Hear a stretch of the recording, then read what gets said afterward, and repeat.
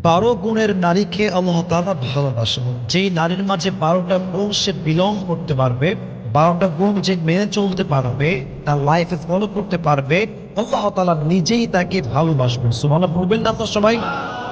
আচ্ছা, আমরা কি সবাই চাই যে আমাদের মা বোনদেরকে আল্লাহ তাআলা ভালোবাসুক? চাই কি চাই না? তাহলে কি করব আমরা? এই বক্তব্য ব্যবহার করে আমার মাকে, আমার বোনকে, আমার ওয়াইফকে, আমার যত রিলেটিভস আছে নারী, আমরা ট্রাই করব শেয়ার করার জন্য, যাতে করে তারাও আল্লাহ তাআলার পথে ফিরে আসে। রাজি আছেন তো ইনশাআল্লাহ? 12টা গুণ কি কি রয়েছে একটু ডিপলি বোঝার ট্রাই করব। একটু মনোযোগ দিয়ে শুনবেন। হেদায়েতের মালিক একজন, তিনি কে? হতে পারে একটা কথাই, একটা বাক্যই আপনার লাইফ চেঞ্জের কারণ হতে পারে। অনেক বোনরা আমাদেরকে অনলাইন থেকে শোনে, ফেসবুকে শোনে, ওয়াজ মাহফিলে এসে শোনে। তো আমার বন্ধুদেরকে মাহরুম করে দেয়। বন্ধুদের অনেক বিষয় আমরা হাইলাইট করতে চাই না, but today as much as we can try, যতটুকু পারা যায় আমরা চেষ্টা করব ভালো কিছু কথা বলার জন্য। ইনশাআল্লাহ। ওকে, মাশাআল্লাহ। 12 গুণ। ১, প্রথম যে গুণের নারীকে আল্লাহ তাআলা ভালোবাসেন সেই গুণটা হচ্ছে, যেই নারী প্রতিশোধ না নিয়ে মাফ করতে পারে আল্লাহর দিকে তাকিয়ে, আল্লাহ তাকে নিজেই ভালোবাসার ঘোষণা দিয়েছে। সুবহানাল্লাহ পড়বেন না আপনারা? কোরআনে আল্লাহ তাআলা বলেছেন, উইদ্দাত লিল মুত্তাকিন, আমি জান্নাতকে প্রিপেয়ার করে রেখেছি তাদের জন্য যাদের হৃদয়ে আল্লাহ তাআলার ভয় আছে। জান্নাত পাবে তারা যাদের হৃদয়ে আল্লাহ তাআলার ভয় আছে। তো তাদের গুণ কি কি আছে? আল্লাহ তাআলা একটা গুণ বলেছেন, ওয়াল আফিনা আনিন নাস, দে উইল ফরগিভ পিপল, তারা মানুষকে ক্ষমা করবে, and they will not take revenge, তারা প্রতিশোধ নেবেন। অনেকে দেখবেন যে অনেক আগে কেউ কষ্ট দিয়েছে, কোনো একটা কথা বলে, গালি দিয়ে, ধার নিয়ে, বা কোনো একটা ভাবে তাকে কষ্ট দিয়েছে, বাট মানুষ তাকে পেলে ঘুষে বড় করে 4 বছর পরে কি হলো, প্রতিশোধ নেয়। অনেকে আবার করে, এরকম আছে না যুবক ভাইয়েরা? প্রতিশোধের জীবনটা কখনো সুন্দর জীবন হতে পারে না। প্রতিশোধের মাঝে কোনো আধ্যাত্মিক কোনো লাভ নেই, আত্মকেন্দ্রিক কোনো লাভ নেই, মনের শান্তিও নেই। মাফ করবেন, আল্লাহ নিজে আপনার হৃদয়ে একটা আল্লাহ প্রদত্ত শান্তি দান করবে। ভালো করবেন না আপনারা? So they will forgive people, they will not take any revenge in their lives. তারা মাফ করে দিবে, তারা কখনো প্রতিশোধ নেবে না। আমরাও ট্রাই করবো মাফ করার জন্য। রাজি আছেন তো ইনশাআল্লাহ? একবার ভাবুন যে সেই নারী কতটা উত্তম নারী, যে নারীকে কোনো মানুষ ধোঁকা দিয়েছে, কষ্ট দিয়েছে, তার সতীত্বে আঘাত করেছে, তার চরিত্র নষ্ট করে তার জীবনের সমস্ত সুখকে কেড়ে নিয়েছে, বাট সেই নারী জাস্ট প্রতিশোধ না নিয়ে আল্লাহর দিকে তাকিয়ে মাফ করে দিয়ে নতুন জীবন শুরু করেছে। তার মতো উত্তম নারী, চরিত্রবান নারী আল্লাহর জমিন আর কেউ হতে পারে না। ঠিক কিনা বলার সময়? So they will forgive people, তারা মাফ করে দেবে, প্রতিশোধ নেবে। ১, ২ নম্বর গুণ হচ্ছে, সেই নারীকে আল্লাহ তাআলা বলবে ভালোবাসেন যেই নারী ধৈর্যশীল। Success it depends on patience. সফলতা এটা ডিপেন্ড করে আপনার ধৈর্যের উপর। যার ধৈর্যের পাহাড় যত বড়, তার সফলতার লেভেল তত বড়। মনে করবেন না আপনারা?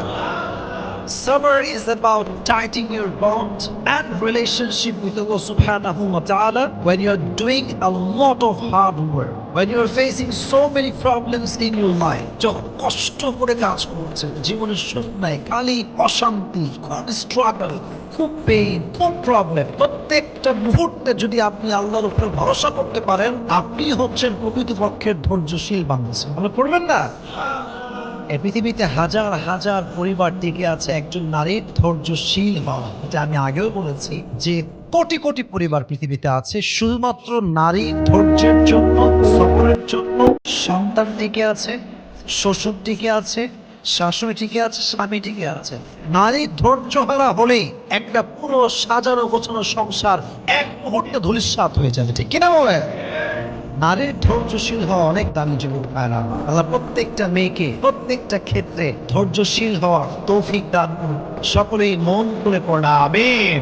এজন্য ধৈর্যশীল নারীকে আল্লাহ তাআলা বড় ভালোবাসেন। শুধুমাত্র নারীকে নয়, কোরআনে আল্লাহ তাআলা বলেছেন, ইন্নাল্লাহা মা'আস সাবিরিন, যে ব্যক্তি ধৈর্যশীল হবে, পেশেন্ট, ধৈর্যশীল হয়ে প্রত্যেকটা অবস্থাকে ফেস করবে, প্রত্যেকটা সিচুয়েশন ফেস করবে, তার সঙ্গী হয়ে যাবে একজন। আওয়াজ দিয়ে বলেন তো তিনি কে?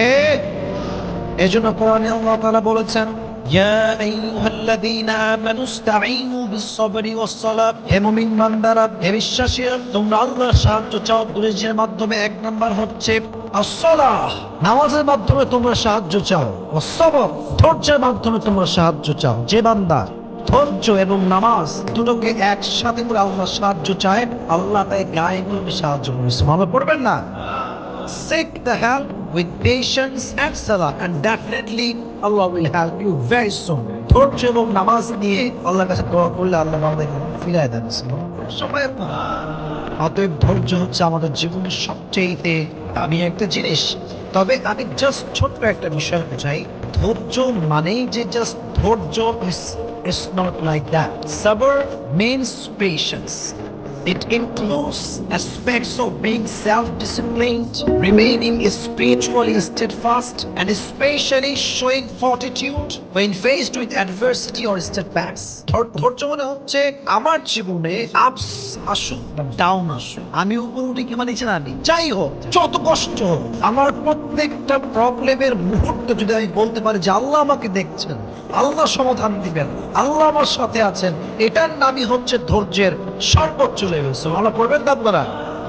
আধ্যাত্মিকভাবে শক্ত হতে হবে এবং যে কোনো কষ্টে, দুঃখে, বিপদে নিজেকে দৃঢ়তার সাথে শক্ত রেখে, মজবুত রেখে ওইটাকে ফেস করার নামই হচ্ছে ধৈর্য। সুবহানাল্লাহ পড়ুন সবাই আপনারা। আমরা ট্রাই করবো আমরা প্রত্যেকে ধৈর্যশীল হওয়ার জন্য। আমাদেরকে তৌফিক দান করুক। সকলেই মন খুলে পড়া আমিন। 3 নাম্বার, ওই নারীকে আল্লাহ তাআলা বড্ড ভালোবাসেন যে নারী অন্যায় করে, জুলুম করে ফেলে, আমার সঙ্গে সঙ্গে মাফ চেয়ে ফেলে। আমি প্রত্যেকটা বোনকে বলবো, বোন, প্রিয় বোন আমার, যারা my sister, this is my request, I am being very humble about it. বিনয়ের সঙ্গে বলছি, আপনার জীবনে আপনি একটা সময় বেপরদা ছিলেন, আপনি আপনার জীবনে একটা সময় জেনা করেছেন, আপনার একটা সময় অনেক ছেলে ফ্রেন্ড ছিল আশেপাশে, জাস্ট ফ্রেন্ড নামে আপনার অনেক ফ্রেন্ড ছিল, বাট রিসেন্টলি আপনি নিজেকে পরিবর্তন করে ফেলেছেন। কেমনে? জাস্ট নিয়ে যে আমি আর এগুলো করবো না, এটা করলে হবে না, আপনাকে তওবা করতে হবে। তওবাটা কেমনে করবেন? তওবার মূল সিস্টেমটা হচ্ছে, just listen to me full concentration. What is the mechanism of tawbah? What is the real system of tawbah? তওবা করবেন কেন? How to do it? করবেন এমন করে, আল্লাহ তোমার কাছে আমি তওবা করছি, whatever I have committed in my past, I will never ever repeat it again in my life. আমি যা করেছি আমার অতীতে, এটা আমি নিয়ত করলাম যে আমি জীবনেও কখনো আমার এই গুনাহগুলোকে আর কখনো করবো না। অর্থাৎ দোয়া করার সাথে সাথেই, তওবার সাথে সাথেই বান্দার সমস্ত গুনাহ আল্লাহ তাআলা মাফ করে দেয়। সুবহানাল্লাহ পড়বেন না আপনার সবাই? অতএব বোঝা গেল তওবাকারী নারীকে ভালোবাসে একজন। আওয়াজ দিয়ে বলেন তো তিনি কে? আল্লাহ প্রত্যেকটা মা বোনকে খারাপ জীবন থেকে ফিরে এসে তওবা করার তৌফিক দান করুন। সকলে পড়া আমিন। 4 নাম্বার, পবিত্র নারীকে আল্লাহ তাআলা ভালোবাসে। এটা ছোট্ট একটা ব্যাখ্যা দিব, বাট এই ব্যাখ্যা শুনে কেউ লজ্জা পাবে না। ব্যাখ্যাটা হচ্ছে এরকম, অনেক মেয়ে দেখবেন হাজবেন্ড ওয়াইফের, মনে করেন যে যেটা ইসলামিক পরিভাষা আমরা বলি জিমা হয়েছে, আই সহবাস হয়েছে। তো এই সেক্সুয়াল রিলেশনশিপের পরে এই কাঙ্ক্ষিত যে আমাদের যৌবনের চাহিদা, এটা পূরণ করার পরে কিন্তু কি হয়ে যায়? গোসল ফরজ হয়ে যায়। গোসলটা কি হয়ে যায় ভাইরা? ফরজ হয়ে যায়। তো অনেক মেয়ে আছে দেখবেন ফরজ হওয়ার পরেও গোসল করে না, ওভাবেই ঘুমিয়ে যায়, ওভাবেই থেকে যায়। তো এটা ঠিক না, কারণ আপনি যৌবনের অবস্থায় আছেন, আমাদের মৃত্যু কখন আসবে এটা কি আমরা কেউ জানি? বলেন জানি? জানি?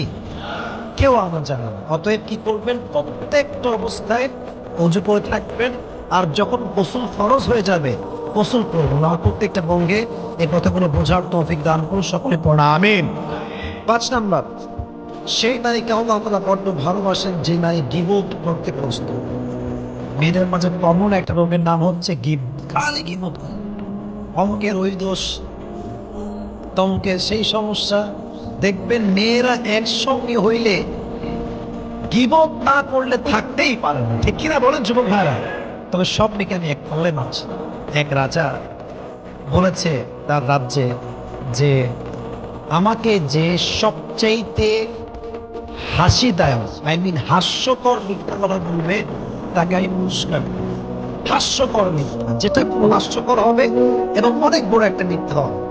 তো অনেকে অনেক কথা বলেছে, অনেক বড় বড় মিথ্যা, অনেক বড় বড় হাস্যকর মিথ্যা, কারোটাই পছন্দ হয় না। তো একজন যুবক অনেক পরে আসছে, অনেক শেষে গিয়ে আসছে। সে বলছে, মহারাজ, আমি আপনাকে একটি হাস্যকর মিথ্যা কথা বলবো, এটা শুনে আপনি অবশ্যই আমাকে পুরস্কার দেবেন। বলছে, বলো।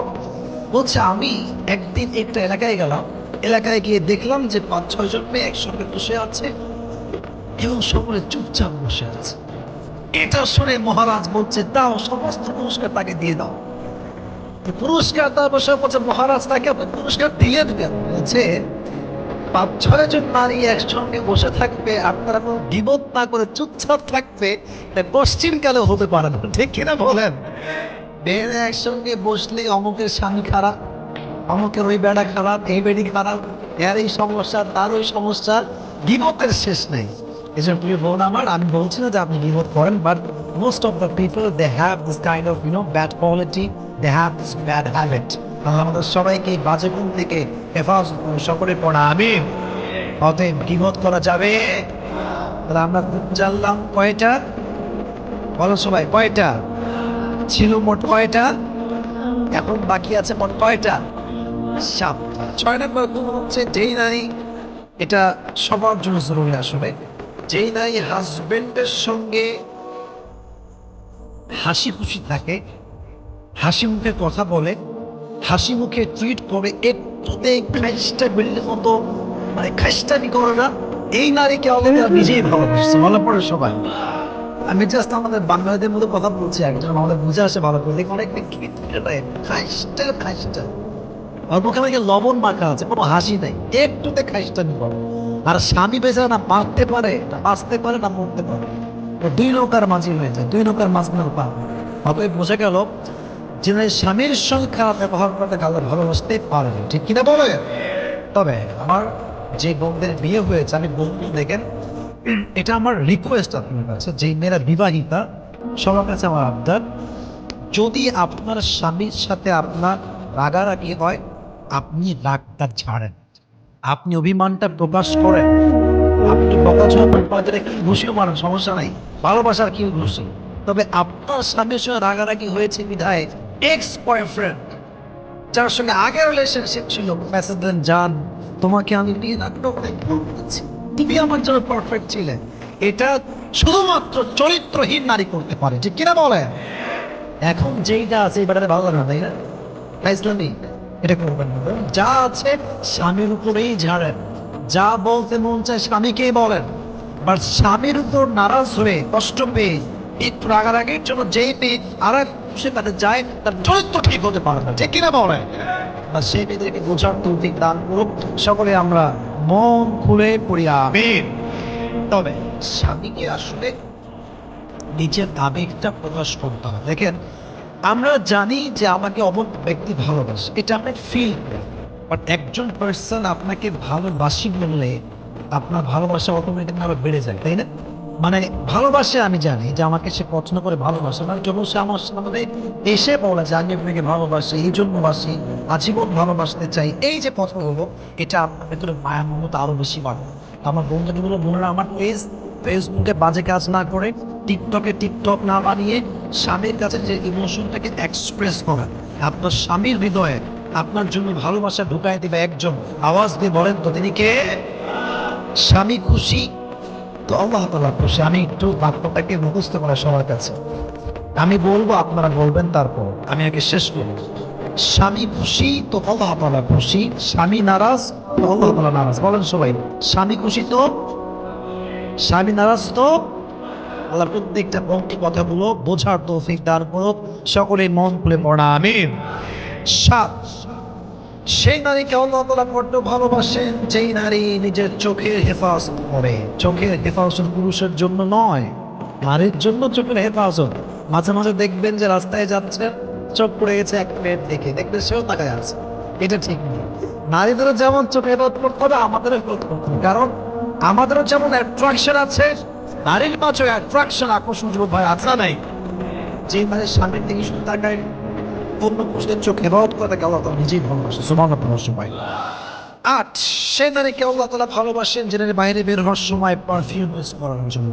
অনেক মেয়ে দেখবেন এমন ভাবে পারফিউমের ঘ্রাণ ইউজ করে, মানে অটোতে বসবেন মনে হবে যে ইয়ে না কোথায় আসলাম, কোন জগৎ, এটা কি পারফিউম ওয়ার্ল্ড, মানে পারফিউমের ওয়ার্ল্ড নাকি অটো রিক্সা, বোঝা মুশকিল হয়ে যায়।